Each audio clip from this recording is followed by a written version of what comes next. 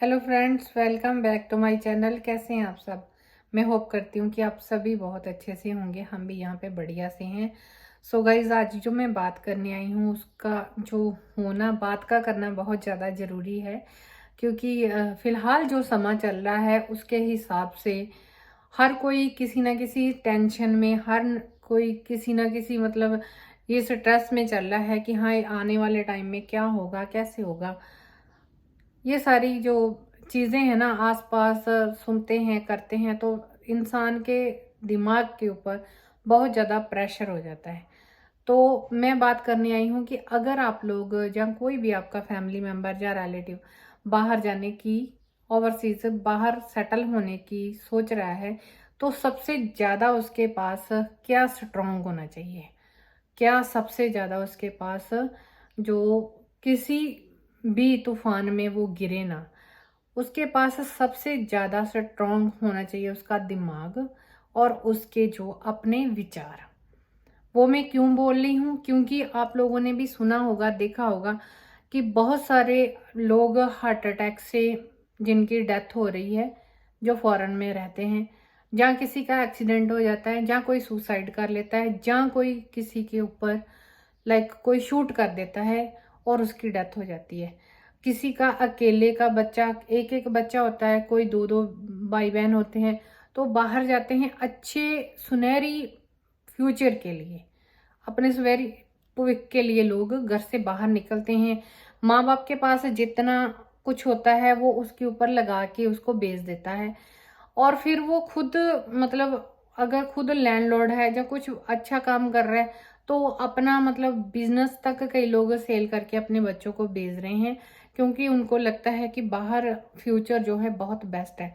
बिल्कुल ये बात राइट है कि फ्यूचर बहुत बेस्ट है, लेकिन उस फ्यूचर को बनाने के लिए हमारे अपने जो विचार हैं, जो हमारा अपना माइंड है, जो हमारी फीलिंग्स है, उनको बहुत ज़्यादा स्ट्रॉन्ग करना पड़ता है।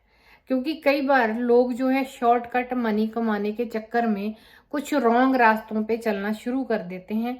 इसलिए मैं बोल रही हूँ कि जो हमारा माइंड है वो बहुत ज़्यादा स्ट्रॉन्ग, और थॉट जो है बहुत ज़्यादा स्ट्रॉन्ग होने चाहिए। दो रीज़न है इसमें, क्योंकि कई बार क्या होता है ना कि आते ही सारा कुछ इजीली नहीं मिलता है। बाहर की जो सच्चाई है, जो रियलिटी है, आते ही सारा कुछ नहीं मिलता है। जैसे बच्चे वहां पे कार में, स्कूटर में, बाइक में, एक्टिवा में लड़कियां आती जाती हैं, कॉलेज या स्कूल जो यहाँ पे भी वो जाते हैं, या कोर्स करते हैं, या कोई जॉब करता है, तो यहाँ पे आते ही उनको कार नहीं मिल जाती है। कईयों को मिल भी जाती है, लेकिन हर किसी को नहीं मिलती।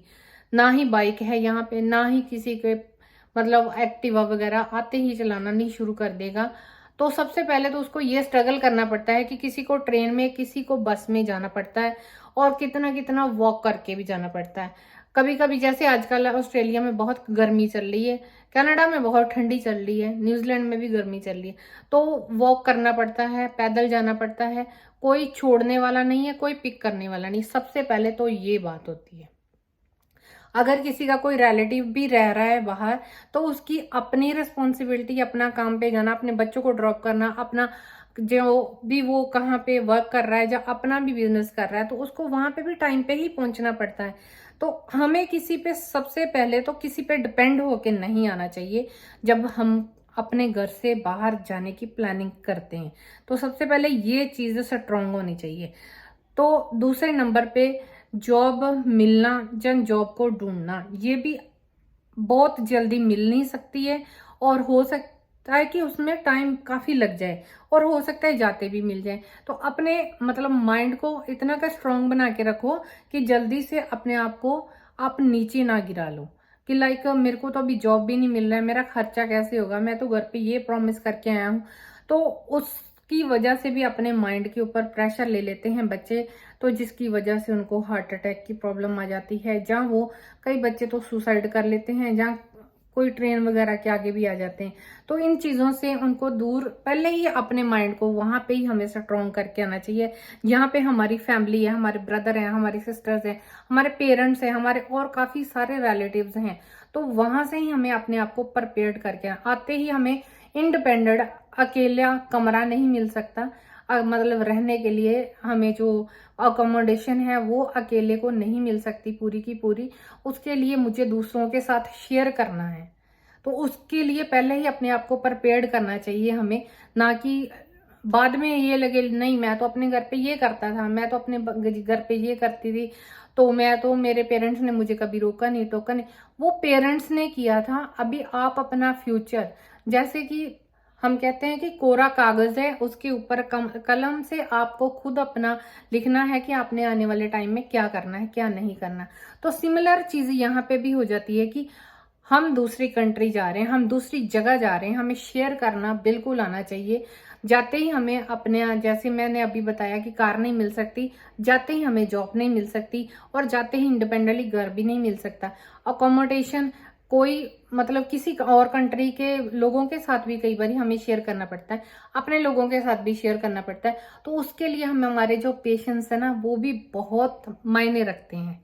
सो गाइस, जो भी अपने बच्चों को, ब्रदर सिस्टर को, जहाँ कोई भी बुला रहा है, जहाँ आना चाह रहे हैं, तो उसके लिए ये 2-3 चीजें बहुत ज्यादा जरूरी है। ना तो अकोमोडेशन जाते मिल जाएगी इंडिपेंडेंटली, ना ही जॉब जाते ही मिल जाएगी, और ना ही कोई आपको अपना व्हीकल मिल सकता है जाते ही। क्योंकि आप जाओगे तो सबसे पहले लाइसेंस कन्वर्ट करवाओगे, और दूसरी चीज सबसे पहले तो IRD नंबर, जहाँ जो भी टैक्स नंबर होता है वो लेना पड़ता है। उसके बाद आपका जो प्रोसीजर है, ID वगैरह बनती है जो लाइसेंस कन्वर्ट करवा के होती है, आपका बैंक अकाउंट होना चाहिए जाते ही, ये चीजें होनी चाहिए। और ये कभी डिपेंडेबल ना हो कि चलो कि हाँ मेरी वो हेल्प कर देगा, वो मेरा ताऊ है, मेरा मामू है, मेरा मासी है, मेरी बुआ है, मेरी हेल्प करेगी। हाँ, 2-3 चीजों में जो आपको जाते ही जरूरी चाहिए, उसमें आपकी हेल्प हो सकती है, लेकिन हर टाइम आपके साथ कोई बंदा नहीं रह सकता। तो इसलिए अपने आप को मेंटली प्रिपेयर्ड करके चलें कि वहां पे मुझे इजी चीजें तो बाद में मिलेंगी ना, पहले दिक्कतें वाली जो आपको चीजें हैं वो फेस करनी पड़ेगी। तो दिक्कत यही है कि आके ही नहीं मिलेगा बाइक, इजी नहीं होगा, वॉक करना पड़ेगा, अपने आप अपना रूम सेट करना पड़ेगा, अपने आप अपना कॉलेज के लिए अपने आप को प्रिपेयर करना पड़ेगा, अपना ब्रेकफास्ट बनाना पड़ेगा, एवरीथिंग खुद करना पड़ेगा, डिपेंड किसी पे नहीं रहे। और हाँ, दूसरों को देख के अपने खर्चे मत बढ़ाना। जो भी लोग प्लान कर रहे हैं आने के लिए, कि किसी के पास ऑडी है, किसी के पास BMW है, किसी के पास कोई कार है, मैं भी वो उसके बारे में सोचूं, नहीं, पहले अपने पैर जमाना। किसी भी जगह पे जाते हैं सबसे पहले अपने पैर जमाने चाहिए।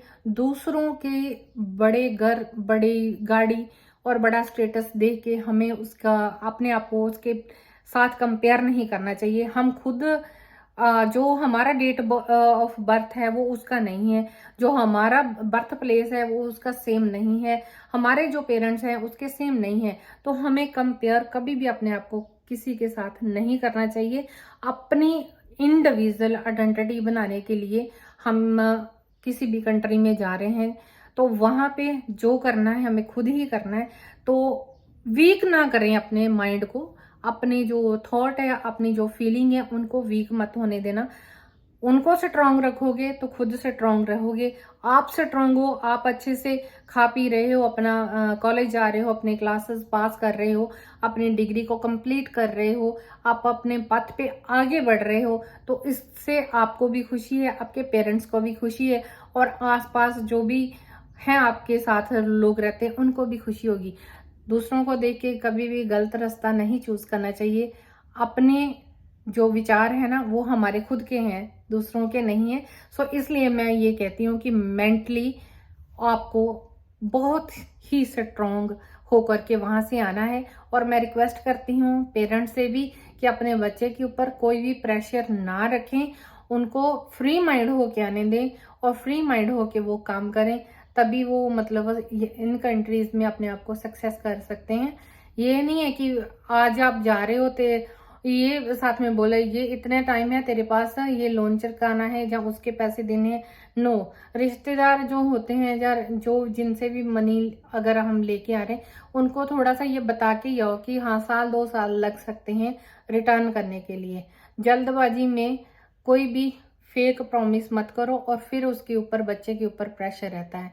सो ये बातें मैं आप लोगों से करना चाह रही थी। बातें तो बहुत है लेकिन वीडियो जो है ना लंबी हो सकती है, दैट्स वाई मैं शॉर्ट ही बता रही हूँ कि मेंटली स्ट्रेसलेस होके आए बच्चे तो बहुत प्रोग्रेस करेंगे और बच्चों के ऊपर कोई प्रेशर नहीं, और बच्चे भी आके अपना रिस्पॉन्सिबिलिटी संभालें, तभी आगे उनके पेरेंट्स लोगों को बता सकते हैं कि हाँ मेरा बेटा इस एज में गया था और काफी उसने प्रोग्रेस की है। लंबे लंबे बड़े बड़े सपने बाद में देखें, पहले अपने पैर जमाने की बात करें। So thank you everyone, have a great day. Video को लाइक शेयर जरूर कर दो ताकि और लोगों को भी इसके बारे में पता चले। Thank you everyone, have a great day.